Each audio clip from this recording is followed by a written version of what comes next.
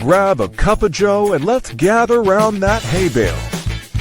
With your hosts, Ann from Andale Homestead, Casey from Ormsby Farms, Monica from Bland's Promised Land Ranch, and Sandy from Suburban Homesteader, Wyoming, Arizona. Here they are. Hey, y'all, hey. Hey, y'all, hey. It's Ann with Andale Homestead. And this is Sandy with Suburban Homesteader, Wyoming, Arizona. I'm Monica from Bland's Promised Land Ranch. Hello, everyone. It is Casey over at Ormsby Farms. Okay, so you are here in podcast land, but if you would like to hear us and see us, you can come on over to YouTube and click on Round the Hay Bale. That's where we are. And you can see our faces. So we're not just only in your ears, but we can be in front of your face because we're over here every Monday, just the same as we are in the podcast world. But we're also here on Tuesdays. So check us out on Mondays here in podcast land as well as in YouTube. So, Woohoo. Now, I like that. So we're not just in your ears. Yeah, we're not just in your ears. All up in your face, too. Huh? It would be inside your head a little bit, you know. But we should because this topic is really exciting. This is the part 2.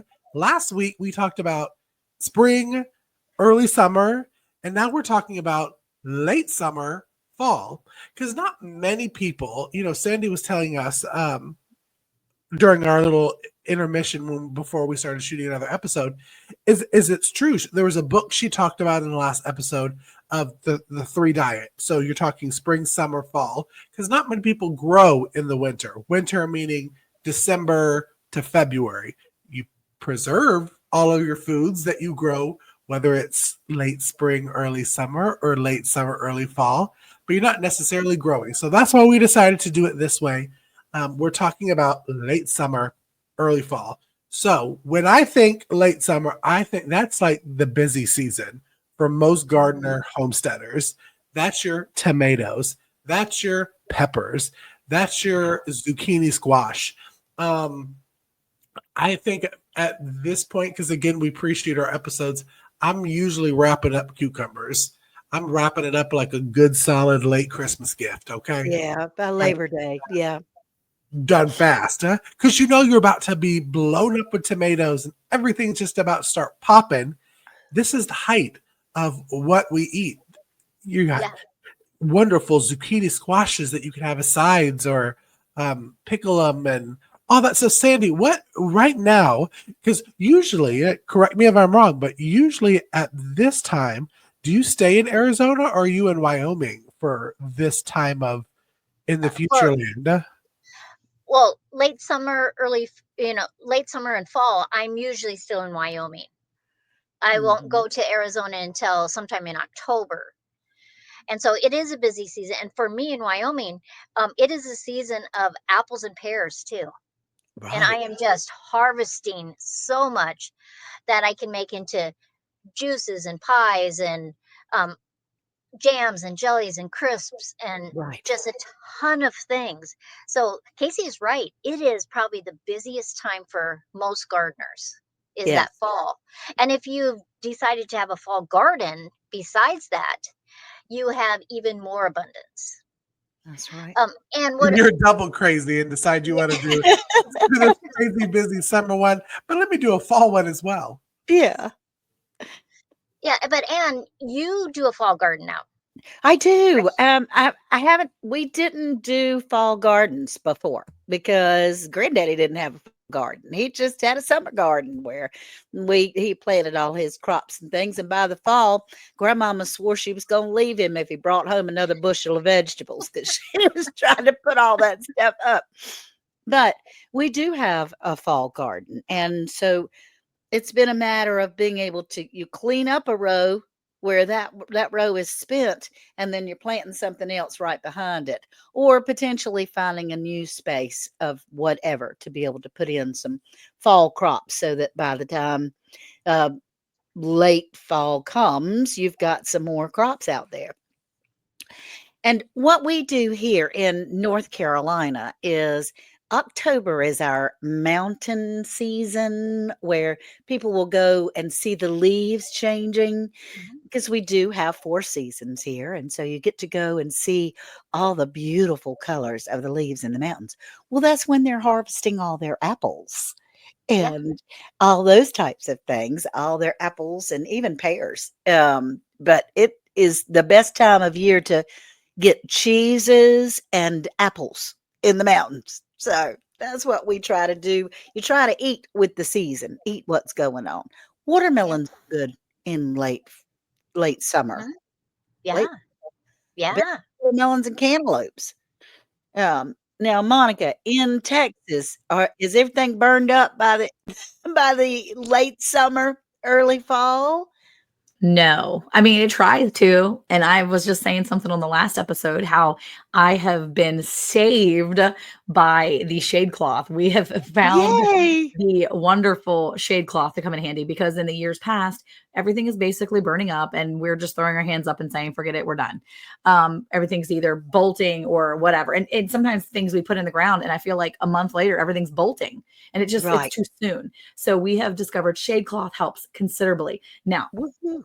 I was using this nifty website and just figuring out what I could grow in the late summer and early fall. And I'm so excited because I'm like, all these things, my mind is like exploding with all the things that I want to make sure that I have in season in the late summer, early fall. And now that I know that it's possible, and I feel like, Sandy's always like, anything's possible. You can grow anything in any climate, make your own microclimate.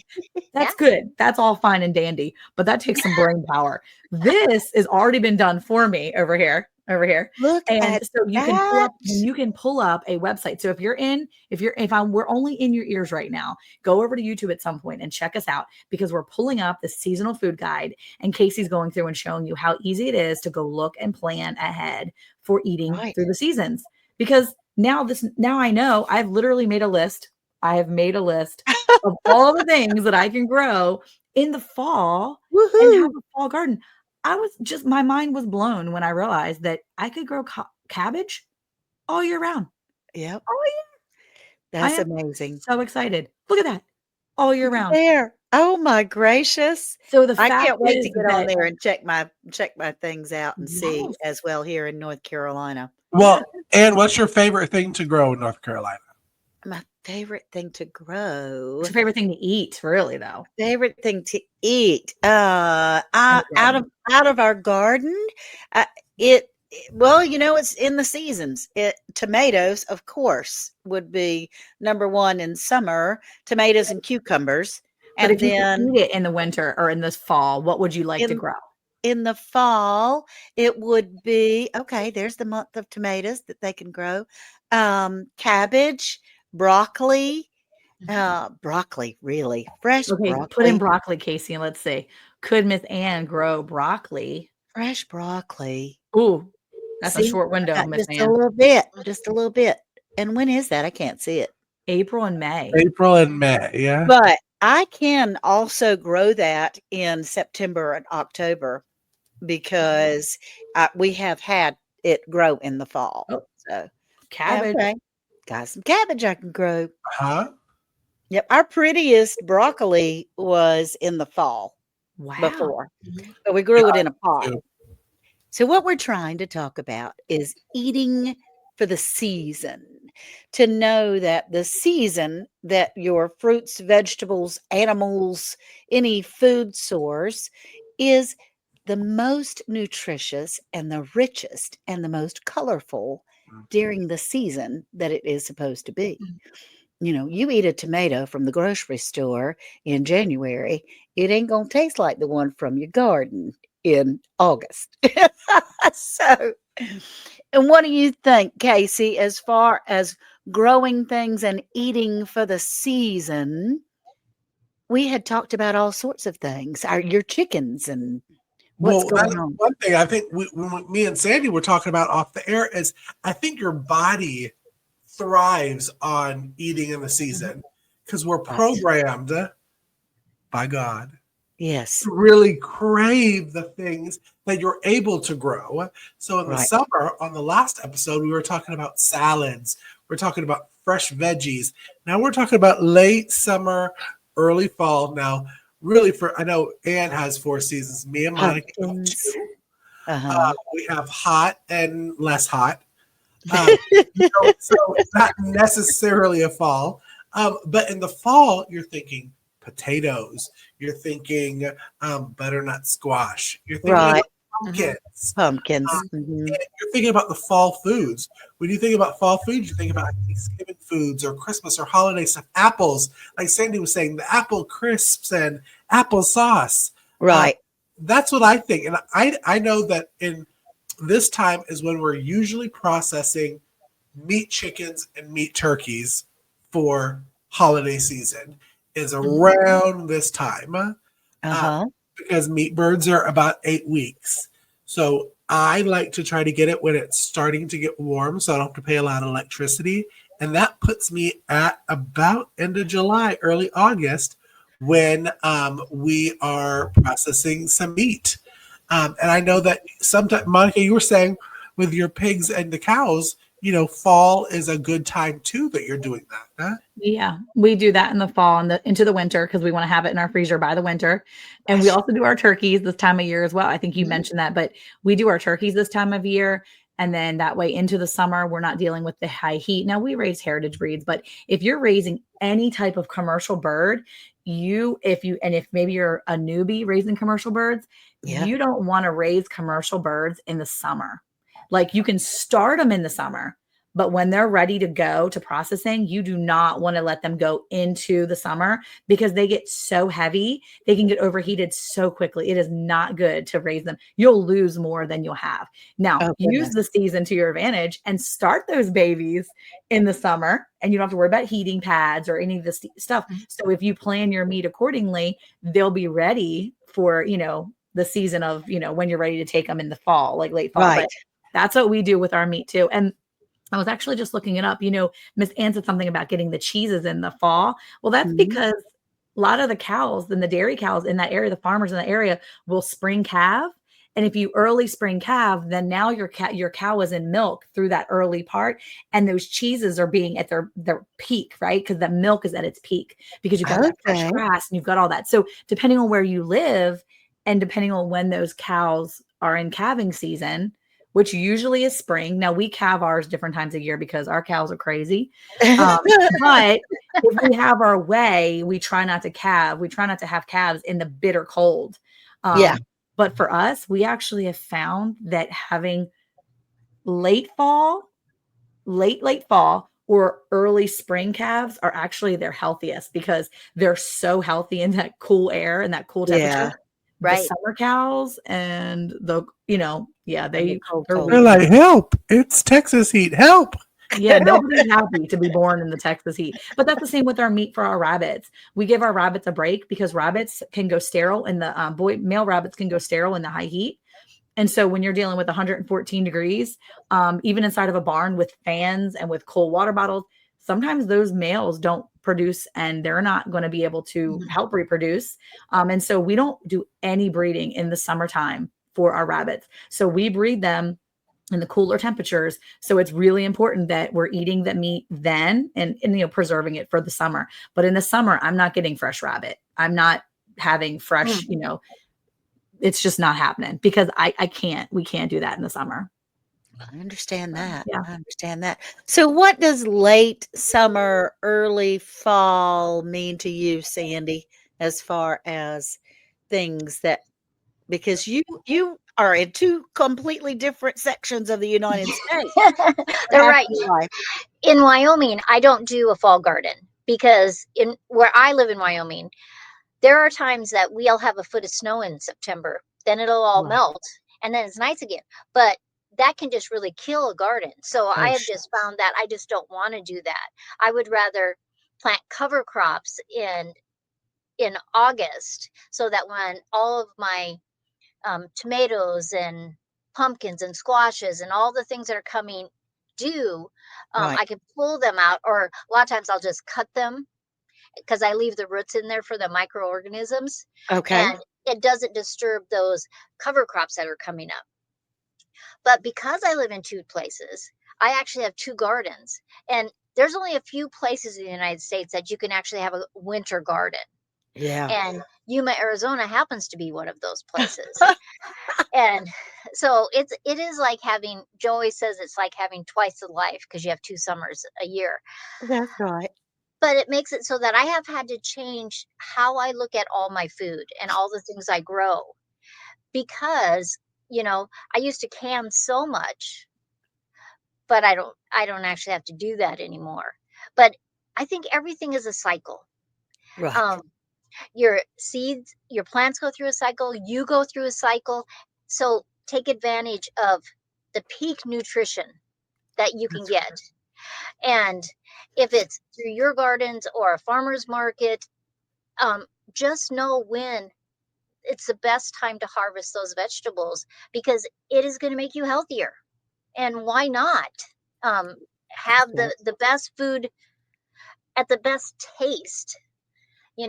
There is just like nothing like going and right. foraging in your garden and you're just eating. You're eating some lettuce, you're eating some tomatoes. I love bok choy that you can just break off and you just chew it while you're doing other things in Yeah. your garden. So it is, gardening is a special thing, and you are very blessed if you get to do it. Yes. That's true. 100%.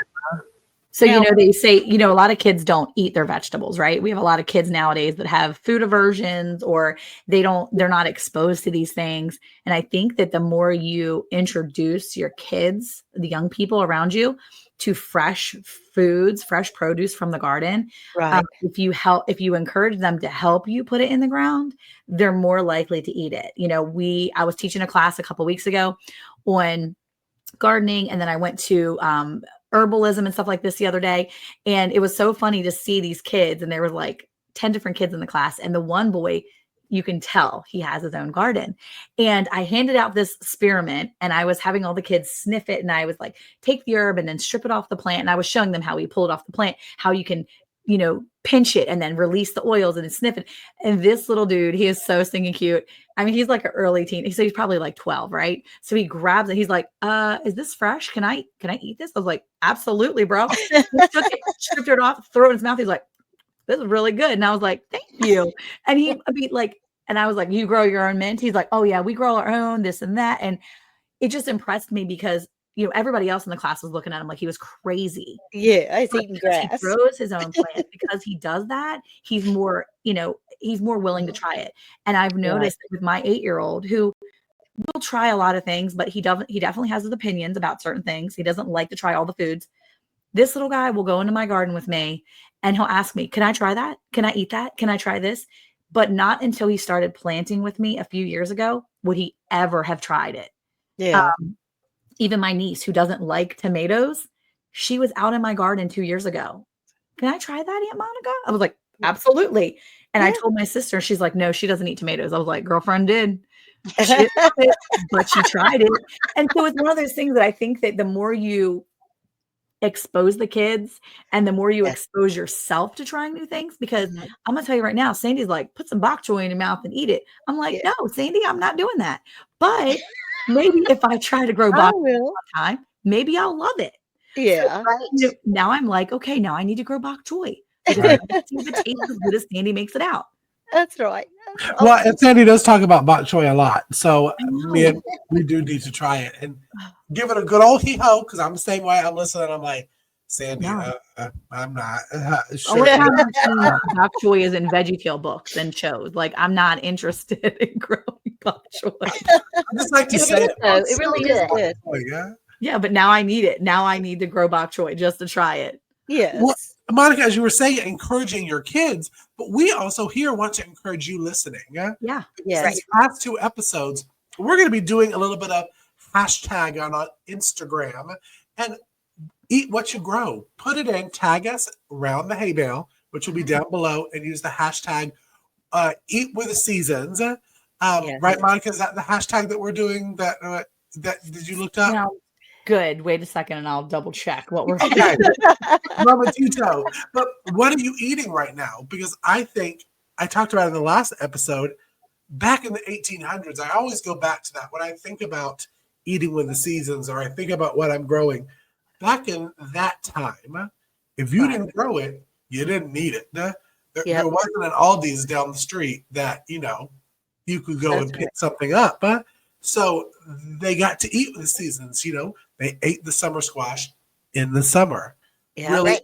as much as we love summer squash, and I would love to have a squash casserole at Thanksgiving, realistically, you should be having the squash casserole in the summer when you grow up, because a lot of places you can't get the yellow squash growing good in October, November. Maybe, because again, Sandy does say create your own microclimate, so you probably could. Yeah. But learn to eat. What are you eating right now? It is mid-May when this comes out. I looked it up before we came on. What are you eating right now? I know I'm eating lettuce for sure. I'm probably gorging myself with Caesar salads. Lettuce. We have celery, fresh fish. A lot of fresh fish in at this time of year. Yeah. Okay, but sometimes we have to think about a vegetable can stretch from season to season to season, right? Okay, so let's just take radishes. Most people in America, they never eat the leaves of a radish. All they're going to do is pull it out, twist that top off, and eat the radish, right? But in early spring, when they're just first coming up, those little leaves that you can break a few of them off, throw them in your salad, it's fabulous. Right. Then you go to later on, a month later, and you're literally eating the radish. Now, a lot of times we miss some of the radishes, and all of a sudden they bolt up and they got the flowers going. All of those little tiny flowers can get thrown in your salad. Oh my goodness! What? If they get pollinated and they make the little pod, later on you can eat the pod. You can just eat it right out of the garden. I've pickled them before. And some people that can eat radishes because it kind of upsets their stomach, most of the time they can eat the pod. The chemicals must be a little bit different. Okay. But you just stretch that radish that you would have only eaten for 2 weeks. Now you've got it, you're eating it for a month and a half. That's amazing. And if you plant radishes and different things every couple weeks, so you have an abundance of it, you can just really stretch your season. Right. Because we're eating different parts and different phases of the plant at different times. Right. And, oh my It's God. like you said, and with your onions, you have the onion, the chive part of it, the green onion part. Yeah, the onion greens. Mm-hmm. That's great to cook with and to throw in salads. That's So you're right. eating that before your onion's ready. Yeah. I yeah. like zucchini flowers, like Right. the boy part of the flower before it turns into the zucchini. If you put some flavored cream cheese in there and air fry it, oh my God, it is Yum, so yum. good. I don't know what else. Sandy probably has other analogies of ones to do after that. Well, but Anne grows Swiss chard. I grow Swiss chard. I'm always giving people Swiss chard because I want them to try it because a lot of people haven't eaten it before. Yeah. I gave my neighbor Swiss chard yesterday. She was going to fix it for supper. Okay. And she said what she did was she salted it. She added some olive oil and some little tiny pieces of garlic. But then she put it in the air fryer. Oh. She said it was so good. And the outside leaves got kind of crunchy like a chip. And then the stem was real soft. And she said it was fabulous. She said 20 minutes in the air fryer. Oh my goodness. What? Wow. Insane. Yeah. So, and if you just keep breaking those leaves off of a Swiss chard, it will go all the way to the fall. Wow. Our Swiss chard here, I planted it a year and a half ago. I keep cutting it and it keeps coming. It keeps coming. What? Yeah. Well, it's right next to our front porch, which is kind of in a safety spot. And as the season changes, so does the sun. So, yeah, it's kind of crazy. I have it for a year and a half. Swiss chard, if it has, if it's protected, it has water. Like I have Swiss chard from last year that I planted around my citrus, and it made it through 110 degrees for all summer long. Is that insane? Yeah. That is nuts. That is nuts. That's another one that I have to try, Monica, is Swiss chard. Me too. Well, Italian Swiss chard. Write it down, y'all. I know. Is it because I like greens? I mean, like we talked about in last episode. So even though my broccoli wasn't like living its best life and it was taking a long time to grow, we were eating broccoli leaves like it was going out of Right. style. We were like, Yeah. "Sorry, broccoli, we taking your leaves." Right. Because I mean, they were there, and the broccoli was like tiny and just begging for help. But it was the leaves were massive, and so were my cabbage leaves. I'm like, y'all, your leaves looking great. You're looking a Yeah. little scant, but I'm gonna take your leaves. Because that's probably why they didn't grow really well because I was eating all You the took big all leaves their at the leaves. bottom. But I mean, we take from the bottom up anyway, right? I Yeah. mean, Oh yeah. but I mean, we used all those leaves, and I mean, from collards, any of my greens, any of them, kale, all of it. But even especially the ones that were growing, But in the fall time, we're eating that stuff too. Well, you know, if you Yeah. shred the broccoli leaves as well, it's really good in egg rolls and Yeah. substitute with the shredded radish. It just gives it a Just some crunch. shredded cabbage and shredded carrots and the shredded broccoli leaves. It's Yum. really, really good. So I can see how it'd be good. I haven't done it in salads, but I can see how it'd be good. I don't know. I'm gonna start growing cabbage all year round, so ain't nobody messing with me. I'm eating cabbage all year round. My Now, stomach's gonna be all Sandy, kinds of That's messed up. awesome. we've talked about veggies, but as me and Ann, I don't know if you're watching, are over here sniffling because we're Yeah. allergic with the seasons. And I Um, spent all day out in the pollen. It's just, Isn't honey like right now what the season that we're talking about? Isn't that kind of when like honey season would be kicking off, or am I still a little too early? Yeah. Well, it depends on where you are. I mean, I've seen some videos already of people checking their hives and they have honey production. You really wouldn't want to take the honey quite yet, right. except for if you have allergies. Because it used to be 100 years ago, they actually told you to just put the honey under your nose and just keep breathing in, which is Oh, really weird. yeah. But most people recommend taking a tablespoon of honey locally so that it has all that pollen into it. Yes. And you start to build your immune system because that's a cycle too. And so That's you might as well do everything you can to be healthy. That's right. That's right. Yeah. I mean, this just started this evening. Lucky me. As we're saying hello to everyone, it just began. And so I'll have to go get my jar of honey out that is local honey that Yeah. it was from last year, but it Mhm. is local honey. And that's important to know when to harvest that. I'm thinking Chowan County is pretty famous for Rocky Hawk. It's a community that's out in the county, and for Rocky Hawk cantaloupes and watermelons. Ooh. If you go Ooh. somewhere and it says Rocky Hawk cantaloupes and watermelons, you're going to want to get yourself one because they are Ooh. so delicious. And so that's what comes to mind here locally for late summer is Rocky Hawk watermelons and Wow. cantaloupes. Sounds good to me. Yeah, and a lot of times in the fall is when you have all those root vegetables that you're going to be able to store to use during the winter time. Mm-hmm. Right. All the different squashes and sweet potatoes and Yep. all Pumpkins, those. beets, turnips, rutabagas, all that kind of stuff. That's right. That's right. Now, did Mm. I I was about to tell say, y'all? I was just gonna say that spaghetti squash for me and then in Georgia, and we get real humid and yucky, yeah. So Yeah. we don't always get to save all of our squashes over the winter, but Mhm. spaghetti squash and butternut squash, I don't know what it is, Yeah. does so well It does. in Georgia over, and I've eaten some of them all the way into February. Well, there's a squash. Have you ever tried the trombosino or the rampicante squash? I'm not. Trombosino. The trombosino squash is really great because it grows really long and kind of obnoxious looking, but it's really neat.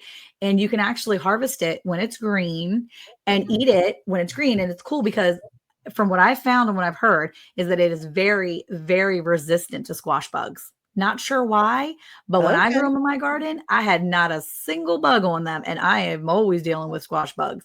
They Oh, didn't go near my not near my trombosino squash at all. And the best thing is you can eat it while it's green and it tastes more like a zucchini, or you can let it harden off and put it in your pantry as like a winter squash, and it Right. will turn that like butternut color. And it Ooh. takes a while to really kind of finish. I was eating it And I think I had this really massively long one. And finally my kids were like, Mom, there's a spot on this. It's starting to mold. I'm like, it's fine. This squash was bigger than my 8-year-old. We had it. Oh It my was so tall. gosh. It was bigger than him. And he's not a real tall kid, but we don't tell him that. Well, But still. the squash was massive. And we were able to take it. I made made zucchini chips out of it.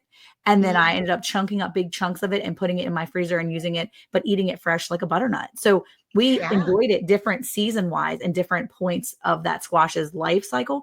And I will tell you what, it is such a good squash. That's the only squash I'm growing this year. I'm not growing any other zucchini. Oh my gosh. I'm going to have to, I need to get some of those seeds. I'm telling you, they're the best. I must send you some. I already bought another pack. So Okay, cool. Yeah. Well, everyone, our 30 minutes is just about up here, and we have certainly enjoyed speaking with you and trying to share with you and encourage you to eat with the seasons. And it's not just a saying, it's a nutritional plan, really, that it was set up for all of us, that our fruits, our vegetables, our meat, eggs, trees, the fish in the sea, everything, it has a season, and it is so much better for you when it is in its prime time. So thank you so much. Don't forget to come and join us tomorrow night, Tuesday night, on Round the Hay Bale, 8 o'clock Eastern, 7 o'clock Central. And we'll be talking about this and hearing what you have to say. We also want you to please check out our Instagrams and hashtag us Eat with the Seasons and tell us what you're eating during this season in your life. Thank you so much. Bye-bye now. We'll talk to you soon.